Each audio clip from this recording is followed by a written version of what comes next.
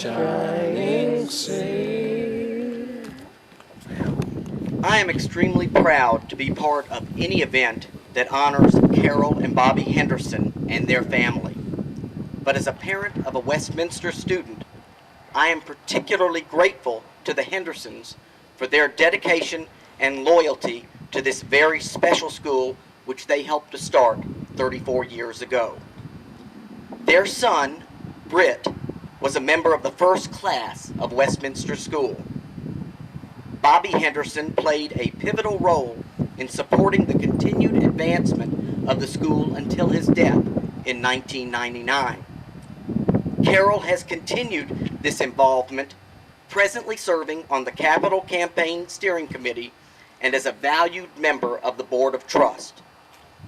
Her insight into the importance and value of a Westminster education is clear. She is a tremendous asset. I am privileged to consider her a friend. After the death of Bobby Henderson, Carol wanted to find a fitting tribute to honor the dedication of her husband and son in assisting children with learning differences. When she heard about the Westminster's Building Futures capital campaign, Carol provided one of the first leadership gifts and chose a most symbolic way of doing so. This beautiful bridge is a permanent tribute to the hard work, love, and devotion for Westminster School of Nashville provided by the Henderson family. It is a bridge from an old, strong foundation to a new environment of learning, which will be a national standard of education for children with learning differences.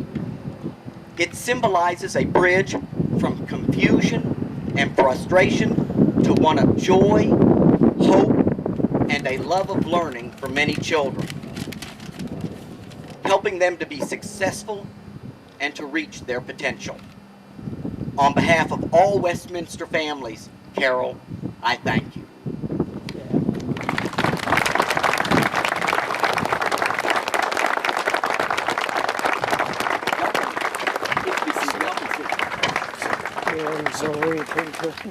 It is now my pleasure to introduce Tom McDow.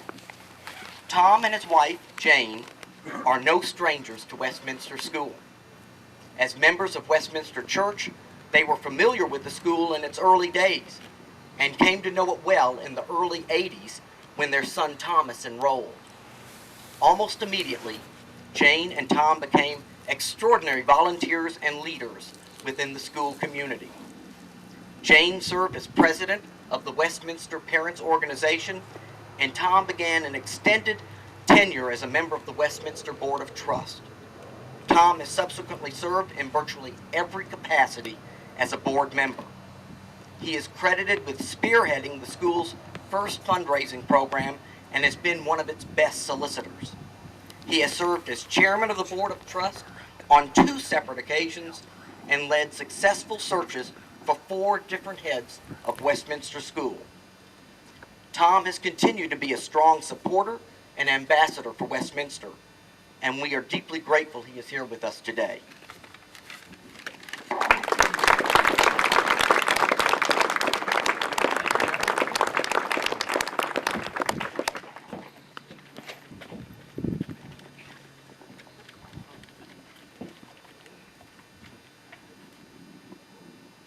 Well, is this not a glorious occasion? Yes. Great celebration. And I mean, is this not fantastic? Just think of all the lives that are going to be nurtured and impacted by the faculty of Westminster in this new facility. Wow. But you know, Westminster hasn't always been quite this glorious. And my responsibility today is to give you a little background of the early years at Westminster. And I can think of no better way to do that than simply take a few pages from the Westminster history that Mary Lou Richardson has penned for us. I think this is the most succinct way to give you a little taste of the early years. The story of Westminster School is a heartfelt and unique one. Like many great stories, it starts with a child. By January of 1968, Bobby and Carol Henderson thought they had, like innumerable parents before them and after them, exhausted all options for educating their 6-year-old son, Britt. One by one, they had investigated and discarded almost every public and private school in the Nashville area. They had looked at special education programs. None was appropriate for Britt. No one offered a suggestion as to where they should turn next. Energetic and successful, the Hendersons refused to give up on finding the right place for Britt. They turned for help to the pastor of their church at Westminster Presbyterian. The pastor, Daniel Pat McGahee III, was an imposing figure and a dynamic personality. And Pat, you still are today. Pat listened sympathetically to the Hendersons as they explained their dilemma. Moved by their situation, he thought the church surely could respond in some way, even if he was uncertain how. So Reverend McGahee called a meeting that included Carol Henderson, Reverend Lucius DeBose, his assistant minister, Martha Lynch from the Bill Wilkerson Speech and Hearing Center, Eve Orr of Westminster Kindergarten, and 2 members of the church's session, Elders John Boone and Dunk Bowman. And Dunk, it's good to have you with us here today. On April 28th, let's see, the group discussed the feasibility of, see if I can turn this way and it maybe won't hit the wind. The group discussed the feasibility of starting a class for children with special learning needs. And after some deliberation, it was decided that the church would investigate further. So on April 28, 1968, a second meeting was held to learn more about the need for a special program in Nashville and to consider how the church might respond. Dr. Sheffield Nasser, the director of special education for Metro Public Schools, and Dr. Robert Stepback, a Nashville psychologist, were present along with Carol Henderson, Dr. McGahee, and Elders Boone and Bowman. They found persuasive evidence indicating that other parents within the Westminster congregation and outside had children who needed an educational setting and an approach that Metro could not provide. The small group of parishioners and experts next approached the Church Nurture Committee, who in turn approached the church session, and the session, in a momentous decision, approved establishing an innovative learning program for a small group of children with special needs. The program would commence in the fall of 1968. And there was much to be done and not much time between April and the fall. Tuition was set at $75 a month, reflecting a strong desire to open the program to the greatest extent possible to as many children in Nashville who could benefit. And this commitment to accessibility endures today. In the summer of '68, late summer, the school was opened with 7 students on a trial basis, and it proved successful. The class met in one large room in the kindergarten building of Westminster Church from 9 in the morning until noon, 5 days a week. Amenities were limited but adequate. 7 little cubbies for storage, tables and chairs and materials. 5 women, many of them mothers of the children, volunteered to help the director, Sue Hashem, with different volunteers on site each day. At the end of the year, 5 of the 7 students enrolled in other schools, and Director Hashem returned for the following year, 1969, with a group of 6 students. And the program remained basically the same, Hashem aided by parents and members of Westminster congregation. And I skipped a couple of chapters over because Bobby Henderson was always interested, as Carol, in the development of Westminster School. And Bobby was very active with us in helping raise money for the school over the years. And so I flip to page 58 and pick up here. The school has been entrusted with several generous endowments. The most poignant was a scholarship fund established to memorialize Westminster School's first student, Britt Henderson. In December of 1989, Carol and Bobby Henderson, his parents, and the school's founders, conveyed $55,518 in bonds to create the Britt T. Henderson Scholarship Fund. The Hendersons add to the endowment annually, as do their surviving sons, Blake and Robert, and daughter Carol Henderson Hewitt, and Bobby's brother, Eugene. In 1998, the Britt T. Henderson Scholarship Fund had a value in excess of $280,000.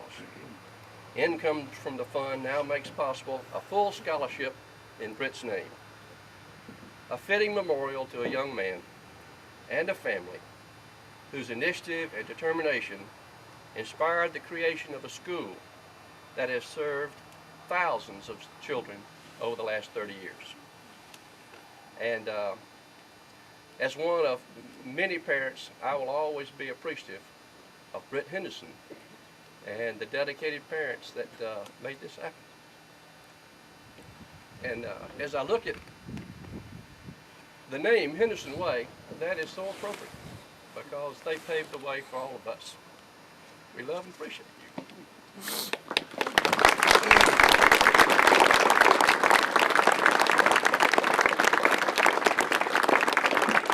And now I turn the program over to Kathy Raburn, our head.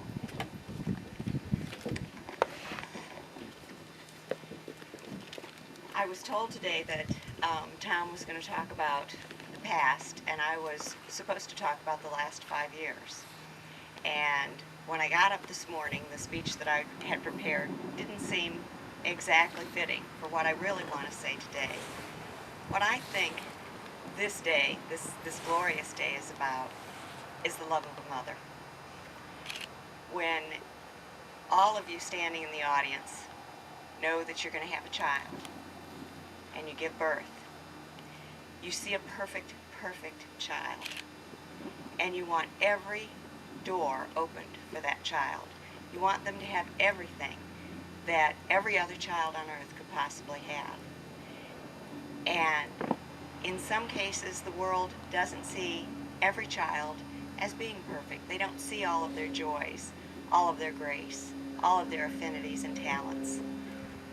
What happened when Carol and Bobby were looking for a school is the people who looked at them, the schools that looked at their child, saw only the areas that he needed work in, not the areas that were strong, the areas that a mother's love focuses on. What Carol and Bobby did when they searched for a place and found nothing is they really demonstrated the ultimate love.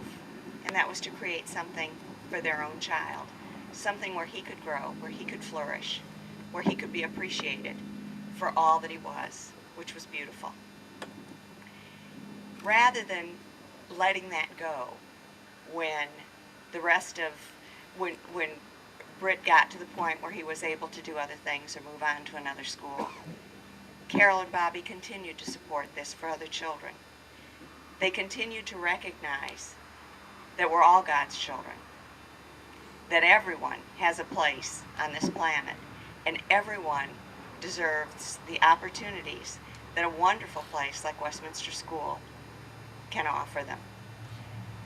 It did start in a church basement. It started in a tiny little room. It started with 5 children and a cubby. And now we have this as we pass over this bridge. Carol's vision, Bobby's vision, the vision of the church, gave everyone hope to do what they knew that they could do, to give children the gift that they deserved. The fact that other children for 34 years have benefited from this is absolutely wonderful. And what we know today, what we focus on today, is not what children need help with, but what children do so beautifully, and that is learn and play and share who they are with the adults around them. And I, for one, am honored to be head of this school. I'm honored to be Carol's friend. And I am honored to have the opportunity to bring out those joys and to demonstrate those talents of the wonderful, wonderful children that we work with every single day. It has not been an easy task. It's not been one that hasn't had its bumps. But every person in this crowd has had something to do with it.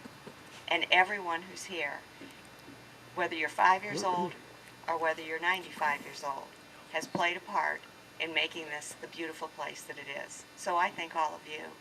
And from the bottom of my heart, I thank Carol Henderson, whose vision is really the vision that got us to where we are today. So I'd like to introduce my friend and mentor, Carol Henderson.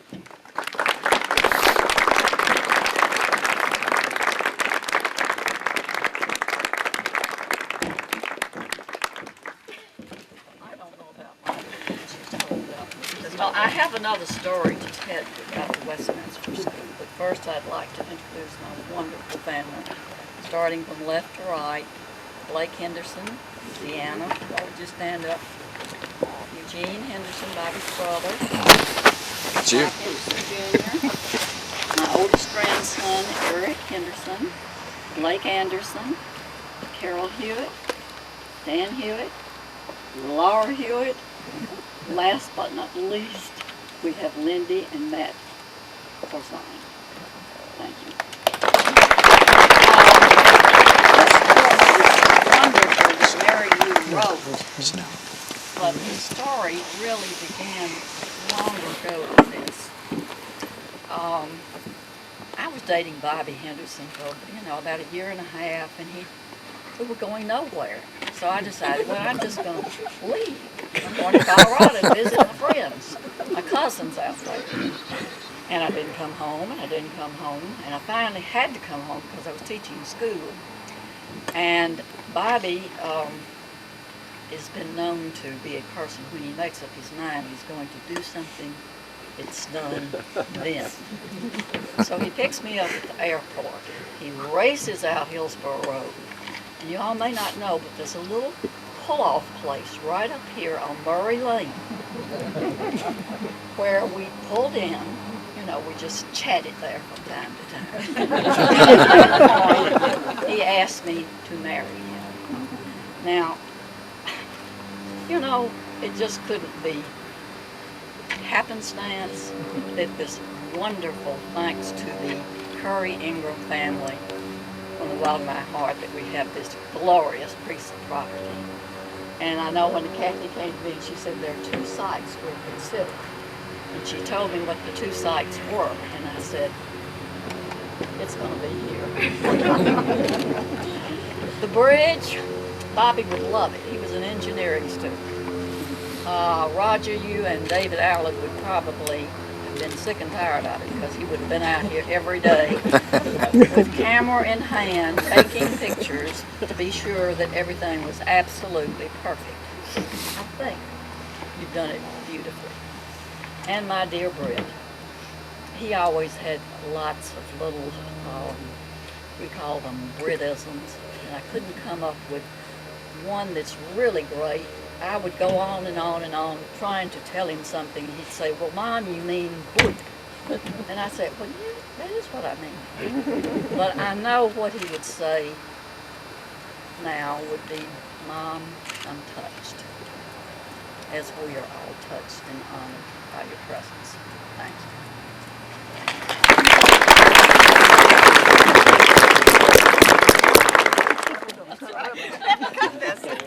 Oh my goodness. This is clearly our first ribbon cutting. So I don't look like I'm okay.